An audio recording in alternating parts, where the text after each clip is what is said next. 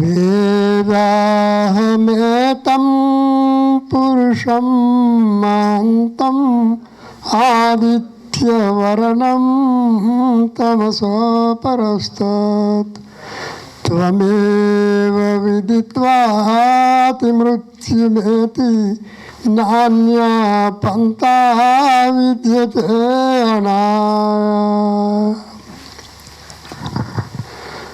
పూజ్య స్వామీజీ బ్రహ్మానంద సరస్వతి గారు మరియు ఆశీష్ గారు మరియు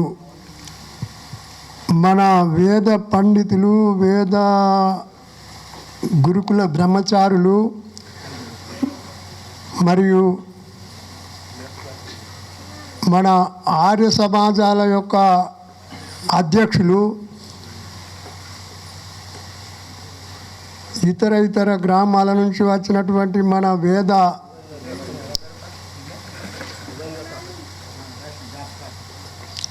ఆర్య సమాజం నుంచి వచ్చినటువంటి మన వేద పండితులకు,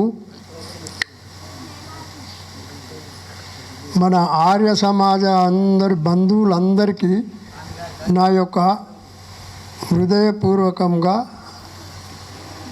ధన్యవాదాలు. ఈరోజు మనము 42వ యోగ శిబిరం యొక్క ఉత్సాహాన్ని జరుపుకుంటున్నాం.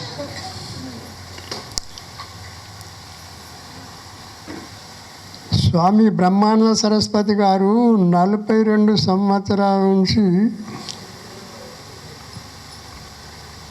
ఇటువంటి శిబిరాల ద్వారా వందల మందికి మన యొక్క యోగం యొక్క భావాలను స్వామి సత్యపతి వారి ద్వారా కూడా ఈ సరళ యోగం ద్వారా ఎటువంటి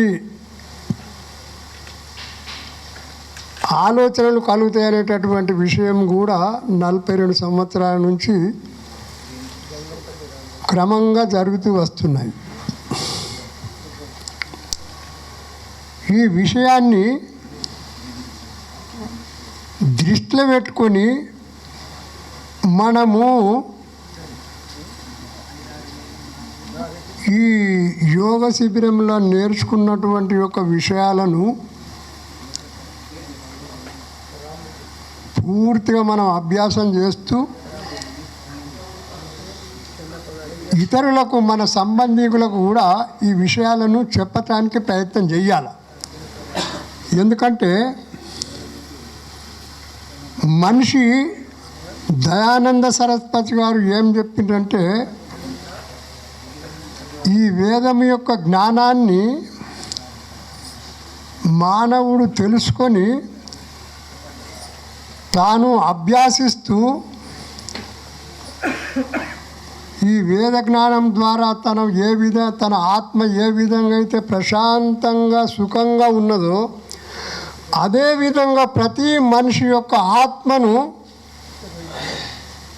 సుఖకరం చేయటానికి ప్రయత్నం చేయడమే, దాని పేరే పుణ్యం, దాని పేరే పూజ. పూజ అంటే ఈ రోజులలో రకరకాల పూజలు ఉన్నాయి. ఆ పూజలన్నిటికంటే ఎక్కువ పూజ ఈ వేద జ్ఞానాన్ని పంచడం.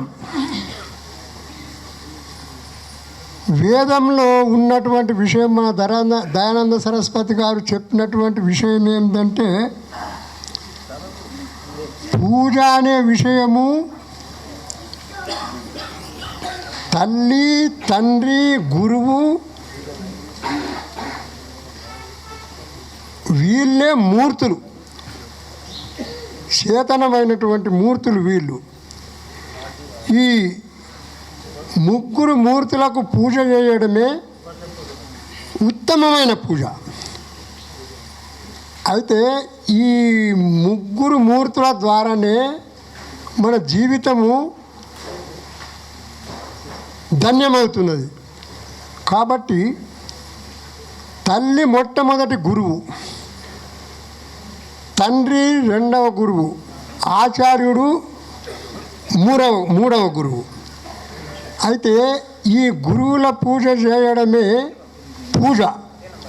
మనము ఎన్నో రకాల పూజలు చేస్తున్నాము. ఆ పూజల కంటే ఎక్కువ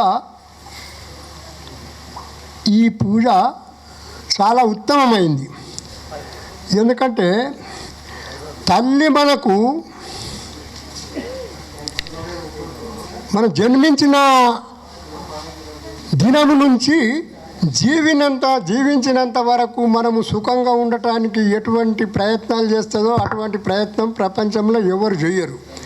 కాబట్టి తల్లి మనకు మొట్టమొదటి దేవత, తండ్రి రెండవ దేవత, ఆచార్యుడు మూడవ దేవత. ఈ విధంగా మనము దేవతలు అనేటటువంటి విషయాన్ని ఈ ముగ్గురు దేవతల మీద దృష్టి సాధించి నాలుగవ దేవత మనం భగవంతుడు.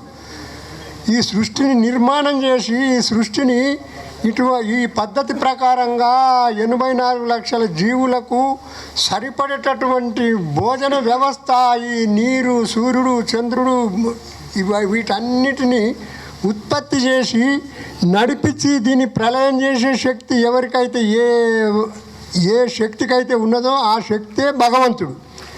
అయితే ఈ భగవంతుణ్ణి ధ్యానం చేస్తూ మన ముగ్గురు మూర్తులకు పూజ చేస్తూ ఈ ప్రపంచంలో ఉన్న ప్రతి ప్రాణికి నేను సుఖంగా ఉంచడానికి ప్రయత్నం చేస్తా, నేను కూడా సుఖంగా ఉండటానికి ప్రయత్నం చేస్తా అనేటటువంటి భావన తెలుసుకున్నప్పుడే మనము ఈ యోగ శిబిరంలో నేర్చుకున్నటువంటి యొక్క విషయాలు మనకు స్వార్థకమవుతాయి. కాబట్టి మీరందరూ ఈ వారం రోజులు యోగ శిబిరంలో ఉండి నేర్చుకున్న దాన్ని చాలా జాగ్రత్తగా ఆలోచించి మీతో పాటు ఇతరులకు కూడా చెప్తూ మళ్ళీ శిబిరాలకు మీతో పాటు ఇంకా కొందరు తీసుకురావడానికి ప్రయత్నం చేయాలని నేను ఆశిస్తూ ఇదండి.